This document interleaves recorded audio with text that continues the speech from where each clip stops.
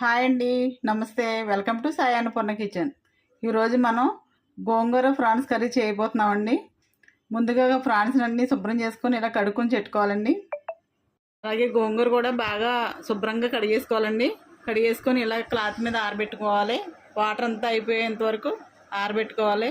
తడి ఉండకూడదండి. ఇలా స్టవ్ వెలిగించుకొని మూకుడు పెట్టుకొని ఆయిల్ వేసుకుందామండి.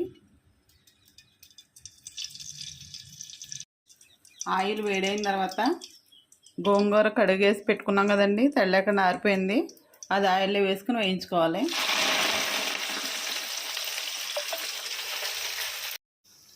ఇలాగ ఆయిల్ సెపరేట్ అయ్యి గోంగూర ఉడికిపోయిన తర్వాత ఇది పక్కకు తీసేసుకుందామండి.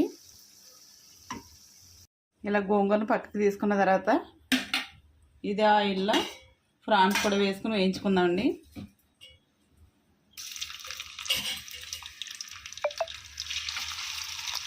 నీళ్ళన్నీ అయిపోయిన తర్వాత కొంచెం ఆయిల్ తెరుతుంది కండి, ఆ టైంలో కొంచెం పసుపు కూడా వేసుకుందాం. అలాగే కొద్దిగా సాల్ట్ కూడా వేసుకోవాలండి.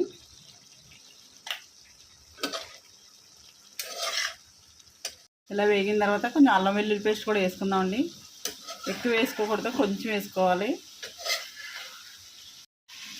ఇలా వేగి ఆయిల్ సెపరేట్ అయిపోయింది కదా, ఇలా వేగిన తర్వాత వేరే బౌల్లో తీసేసుకుందాం. ఇవి పక్కకి ఇదే మూకిట్లో ఇంకొంచెం ఆయిల్ వేసుకుందామండి.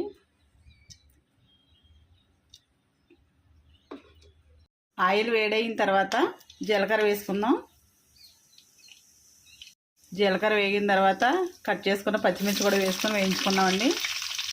ఇలా పచ్చిమిర్చి కూడా వేగిపోయిన తర్వాత కట్ చేసుకున్న ఆనియన్స్ కూడా వేసుకొని బాగా బ్రౌన్ కలర్ వచ్చేంత వరకు వేయించుకోవాలి. ఆనియన్స్ ఇలా వేగిపోయిన తర్వాత కరివేపాకు కూడా వేసుకొని పచ్చివాసన పోయేంత వరకు వేయించుకోవాలండి. ఇలాగా ఆనియన్స్ అన్నీ బ్రౌన్ కలర్ వచ్చిన తర్వాత ఆల్రెడీ వేయించుకొని ఉన్న ప్రాన్స్ వేసేసుకుందామండి.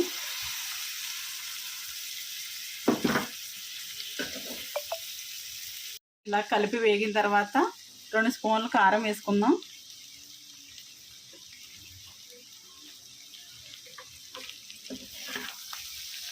ఇలా బాగా వేగిన తర్వాత కొంచెం వాటర్ వేసుకుందామండి.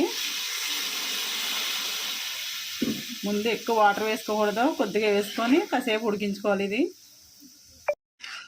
ఇలా ఈ వాటర్లో ఇలా ఉడికిన తర్వాత ఇంకొంచెం వాటర్ వేసుకుందామండి.